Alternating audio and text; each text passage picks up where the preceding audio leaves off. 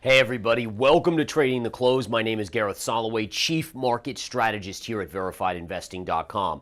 Markets in sell mode again today, not as nasty as yesterday though, so again, that's a small positive. But one of the things that is a negative is that we saw Taiwan Semi earlier today leading the markets up, and then it lost it and went negative. It's come back to the flat line, but names like Advanced Micro Devices, AMD, are negative on the day and decently negative again after being down sharply. So a lot of these big cap techs under pressure. Even Apple is down significantly. We'll look at that chart in a bit. And we also have Netflix earnings just about to hit in a couple minutes. I'm going to bring that to you live as those numbers come out, and we'll watch to see what the chart does.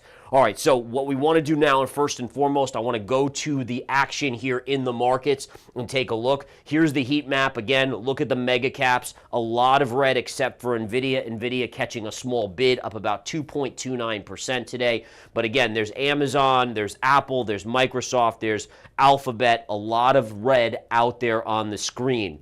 Now today again, we do have some of these other companies getting a little bit of a bid, so you can see there is a little spattering of green in the heat map, but nonetheless, the mega caps are what rule the markets, and they are pushing things to the downside. Taking a look right here, what do we have? We have the Dow Jones Industrial Average, which had a good day a few days ago, but again, getting hammered today, down 550 points. The NASDAQ down another 137 points, and the S&P 500 down 48 points. So again, we're not down 3% like the NASDAQ was yesterday, but it's another 0.75% adding to the downside again for the week. Now, if we're looking at oil down 1%, we have gold down 15 bucks, and Bitcoin is also down. None of these are that crazy of moves. That's, again, not a big story today. The story of the day continues to be the mega caps and earnings season. Taiwan Semi and then Netflix after the bell today that should be out in just a minute. Okay. I want to flip over to some charts and just go over a few things with you guys.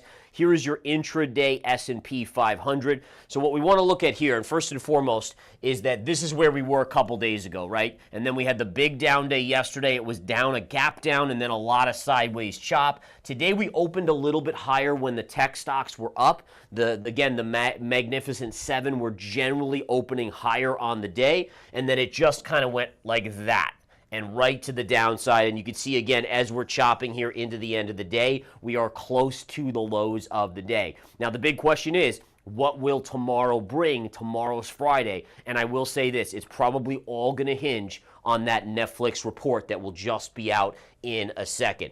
All right, so again, interesting action in the S&P, continuing to see the selling. The NASDAQ 100 obviously leading to the downside. Take a look at Taiwan Semi today. Taiwan Semi was at one point up here, then it came down here, and now it's essentially flat on the day. And their report was very, very good. And I covered this in the morning game plan. And I want to go over it again today because it's really, really important. This morning I said to you guys, when Taiwan Semi was up and most of the Mag 7 were up, I said, we had a big down candle yesterday. Here's my candle, right? And the question was today, were we going to get a big up candle? In which case that would be bullish, a reversal back up, that would be very bullish. Or were we going to get a small candle like this, which would be bearish? And in fact, what are we getting on the markets? You're actually getting continuation selling, not a huge candle, but you're continuing to see downside, and that is not a good thing. So there was one scenario where we would have been flipping back to more bullish for the markets, and that did not happen on the charts today. So again, with downside, it continues the downside move. Where could we go on the S&P 500? Let's flip over to the S&P 500 to the daily chart. And again, just to rehash, this was an amazing chart that I had highlighted to you guys multiple days in advance before this rollover. And what I love showing you guys is how we were in this channel and kept on hitting the upper end here and pulling back, and then upper end, upper end, upper end, finally broke. And then notice we hit and pulled back, hit, pulled back. And then what did I say was most likely going to happen here? We hit it again, and there's your pullback. How deep is it going to go? We don't know. All right, so that's just the honest truth, guys. We don't know how deep. Is it going to be the real pullback where we're getting a big correction, or is it just another little check back where we then go back to new all-time highs? And again, time will obviously tell, and I'll use all my expertise to kind of take note of what we're seeing in the charts and give you a heads up as soon as I can. All right, so again, where could we go down to per this correction? So there's a couple levels. One of them is basically right here. So if we zoom in on this chart, you basically look for gap fills and pivot points on the chart. What are pivot points? Pivot points are where a market goes up and then it pulls back. That's a pivot point right there. All right, notice how right here you hit a high, so that becomes the first area of support, 549 on the SPY. In addition, we have a gap fill right down here, which will be key, and then additional pivot points right here as well, where the market went up and then it pulled back, right? And then it went up again. And so you're looking at these different areas where there's likely to be support for areas where you could expect a bounce. And when you get to those levels, you have to watch and say, okay, well, do we break through them after bouncing, or do we just, again, get a bigger bounce and start heading to new all-time highs? Again, these are things that as a technician, every day we get a new candle. What I do is I look very closely at it, and it's a new piece of my puzzle. And every day I say, have my probabilities changed on what it was yesterday? Because it sometimes does, depending on, is it a bull flag, is it a bear flag, does it get negated, does it break a key level? And that's, again, how you're finding out what the most probable outcome for the market is, or a stock, or a crypto, etc. All right, guys, we are after hours. We got to jump to Netflix here. Oh, boy, Netflix just flushed. This is not... Now, listen, it could bounce back, but this is not good for the market if this holds. Okay, so again, just a heads up. Now, listen, it's not a massive move down. We closed around 640.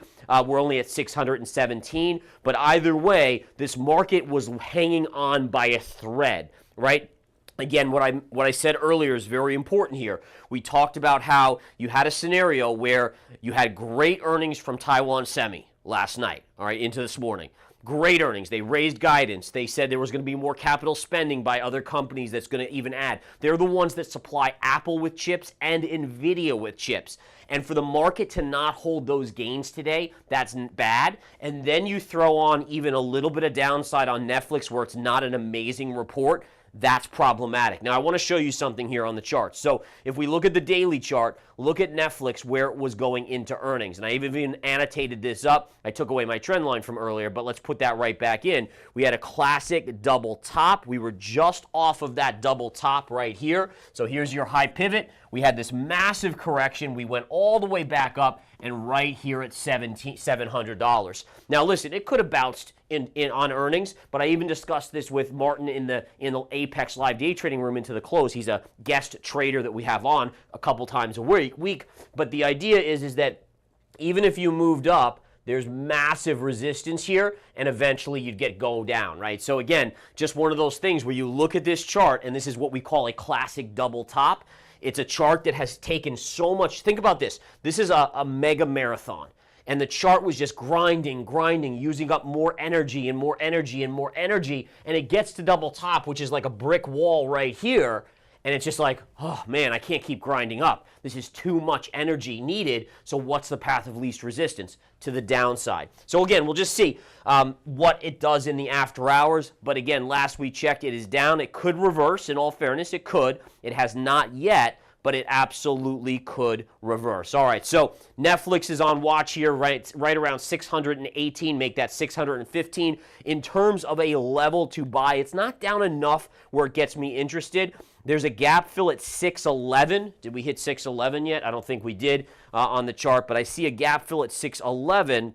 Oh, we did hit it. Yeah, we did hit 611. We actually pierced it and went down to 600 here. That might have just been right now because I don't remember it going down there before. But either way, nice little flush there. If it continues lower, where's my next technical level?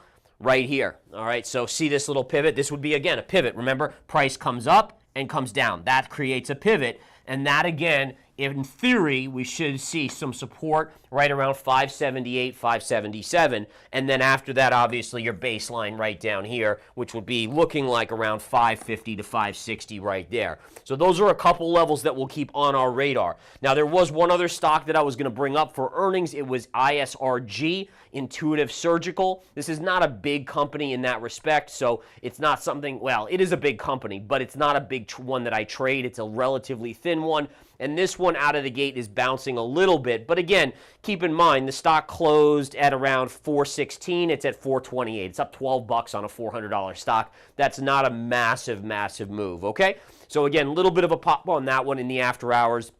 I believe they do like surgical automation type robotic stuff. I believe so. Again, I could be wrong on that, but if I remember correctly, Intuitive Surgical, I do believe that is what they do. Other stocks in the after hours, I'm not seeing a lot of movement. I did want to look at where Nvidia closed, and Nvidia did have a nice little end of day rally. You can see right here, we kind of had this cup handle and then a little pop into the end of the day. Does that tell me where it's going tomorrow? The answer is no. Doesn't tell me anything about where it's going tomorrow, but nonetheless, we'll keep an eye on that. Bitcoin today down just ever so slightly. Notice again, we went up here. Remember, this high right here was our 0.618 fib.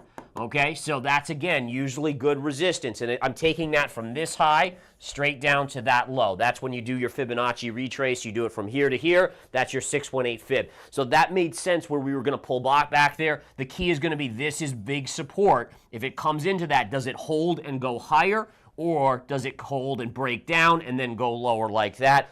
On a technical basis, you assume it holds the support until it breaks. If it breaks, then it breaks. But when you confirm above a level, you have to respect the level until it fails. Okay, and again, can a level fail? Heck yeah. Levels fail all the time. It's all about probability. So the idea is that this level should have about a 70% chance of holding. Now again, leaves 30% chance that it doesn't hold. So we have to just monitor that. But that would be the process. The general probability would be something like this. And then if it doesn't, it's one of those 30% of the time situations where it breaks. And again, if the stock market really collapses, don't be surprised if it breaks. That is my one caveat for why I think Bitcoin could go lower, is if the stock market really has a much bigger correction. We're not just talking about a down 3% day. I'm talking like 20% down on the NASDAQ S&P.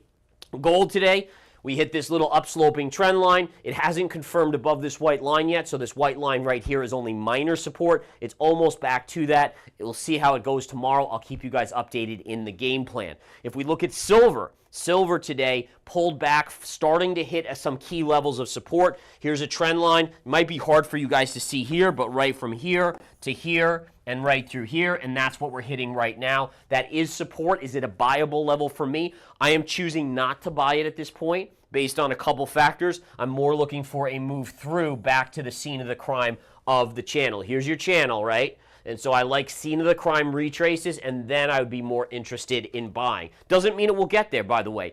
Many trades I miss, many. I mean, more than I can even count in my trading career. But it's the discipline of only taking the ones that are absolutely the best that keeps me at a high win rate. And by the way, taking only the best still means I have losers. It just means that overall I have much less losers. But you never a trader is going to ever have no losers. It's just the nature of trading, is that things don't work out always the way you think. Oil today, coming back in. You guys know I continue to be bearish on oil. My macro play continues to be that this is eventually going to break. Here's your support right here. I do think this breaks sooner than later, so let's watch tomorrow and see what happens. And then I did add again to my natural gas position when it dipped yesterday. And sure enough, what did we get? We got a nice little start to the bounce. Let's hope this is the beginning of the bounce that I'm looking for. Again, massive sell-off into some key supports here. There's a nice little green candle right here. The question is it going to turn out to be a big bounce? Where would my big bounce target be? Basically right here, center of the M. You guys know this. Well, some of you guys that are new may not know. You have your M pattern, right? So classic M and A, that's a technical pattern. I kind of drew it crappy there, but let me draw it over here. In fact, let me just do this real quick. What we'll do is we'll yank this chart all the way off the screen, give me a nice big flat area here. So what's an M pattern? M patterns are bearish. WV patterns are bullish. So MA right here, there's your M. That's what we kind of have on natural gas. You look for your A. A goes up generally to the center point.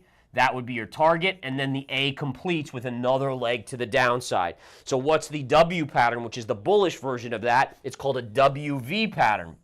WV, back to that center point right here, and then it goes up, and that's the bullish version of it. So that's your MA and WV pattern. Okay, guys, I got to get to Netflix earnings, see if I want to trade anything in the after hours, so I'm going to get going. But as always, folks, thank you so much for tuning in to Trading the Close. Thank you for supporting VerifiedInvesting.com. It's all about the data, and I preach that because there's so much crap out there. There's so much hype. There's so much narratives being spun. If you just look at the chart, it clears away all that nonsense and allows us to see at least with a high probability. No more are you getting FOMO'd in or FUD'd or whatever those terms are that people use. It's all about the data, and that actually is really the only way I'm able to trade profitably is because I shut that other stuff out and look at the charts. Have a great rest of your day. Thanks again, folks. Take care.